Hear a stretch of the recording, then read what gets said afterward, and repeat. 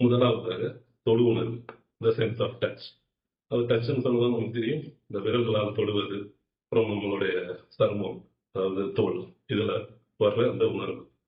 இந்த உணர்வு இந்த உணர்வுல இருந்து என்ன கேள்வி வந்ததுன்றத பார்க்கிறதுனா, முதல்ல இந்த உணர்வு எப்ப உருவானது, எப்படி உருவானது, எந்த உயிரினத்தில் உருவானதுன்னு பார்க்கணும்.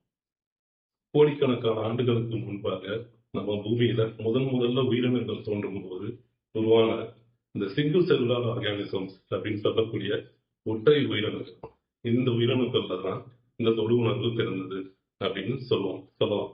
ஏன்னா இந்த ஒற்றை உயிரினங்கள் தான் உயிரினங்களின் அடிப்படையே. அவைதான் முதல்ல வந்தன. அந்த உயிரினங்கள்ல தான் இந்த தொடு உணர்வுன்ற முதல் உணர்வு வெளிப்பட்டது. எந்த ஒரு உயிரினமா இருந்தாலும் உணவுங்கிற அடிப்படை தேவை இருக்குல்ல. இந்த ஒற்றை உயிரினங்கள் தாங்கள் உணவு அருந்துவதற்காக தங்களை சுற்றி இருந்த பொருட்களை எல்லாத்தையுமே தங்களுக்குள்ள இழுத்துக்கொண்டு அவற்றை செரிமானம் செய்து அதிலிருந்து வர நியூட்ரியன்ஸ் எடுத்து வாழ்ந்து வந்தாங்க. இதுக்கு இந்த ஒற்றை உயிரினங்களும் நம்ம பயாலஜி கிளாஸ்ல படிச்சிருப்போம். இந்த அமீபா, பாக்டீரியா, இந்த மாதிரி உயிரினங்கள்லாம் இந்த மாதிரி தான் நம்ம அந்த இன்ஜெக்ஷன்ற ப்ராசஸ் படிச்சிருப்போம். லைக் ஃபுட்டை அந்த செல்லுக்குள்ள இன்சர்ட் பண்ணி, அதாவது அப்சர்வ் பண்ணிட்டு அதை தேவையான அதுல இருந்து அதை டைஜஸ்ட் பண்ணிட்டு அப்புறம் கழிவுகளை வெளியேற்றும். இப்படி இந்த ப்ராசஸ் செய்யும் போதுதான் ஒரு பொருளை தொட வேண்டிய தேவை வந்துச்சு. இப்படி வந்ததுதான் அந்த தொடு உணர்வுன்ற உணர்வு. இந்த ப்ராசஸ் நடக்கும்போது, அதாவது தன்னை தாண்டி ஒரு பொருளை தொடும்போது எழுந்த கேள்விதான் என்ன, அதாவது வாட் அப்படின்ற கேள்வி. என்ன இது, என்ன இது, இது என்ன அப்படின்ற கேள்வி. அப்படின்னா இந்த ஒற்றை உயிரினங்கள் இது என்ன அப்படின்னு ஆராய்ச்சி பண்ணுச்சா அப்படின்னா அப்படி கிடையாது.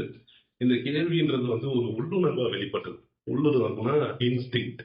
இந்த இன்ஸ்டிங்டா வர்றது அப்படின்னு சொல்லுவோம்ல. இந்த இன்ஸ்டிங் ஆக்சுவலா நம்மளே நிறைய தடவை ஃபீல் பண்ணிருப்போம். லைக் உதாரணத்துக்கு இப்போ இரவு வேலைகள்ல திடீர்னு கரண்ட் கட் ஆகும்போது நம்ம திடீர்னு இருட்டாகும் போது என்ன பண்ணுவோம்னா, நம்ம டேபிள்ல ஏதாவது டார்ச் லைட்டோ இல்ல போனோ இல்ல கேண்டிலோ இருக்கான்னு தேடுவோம்.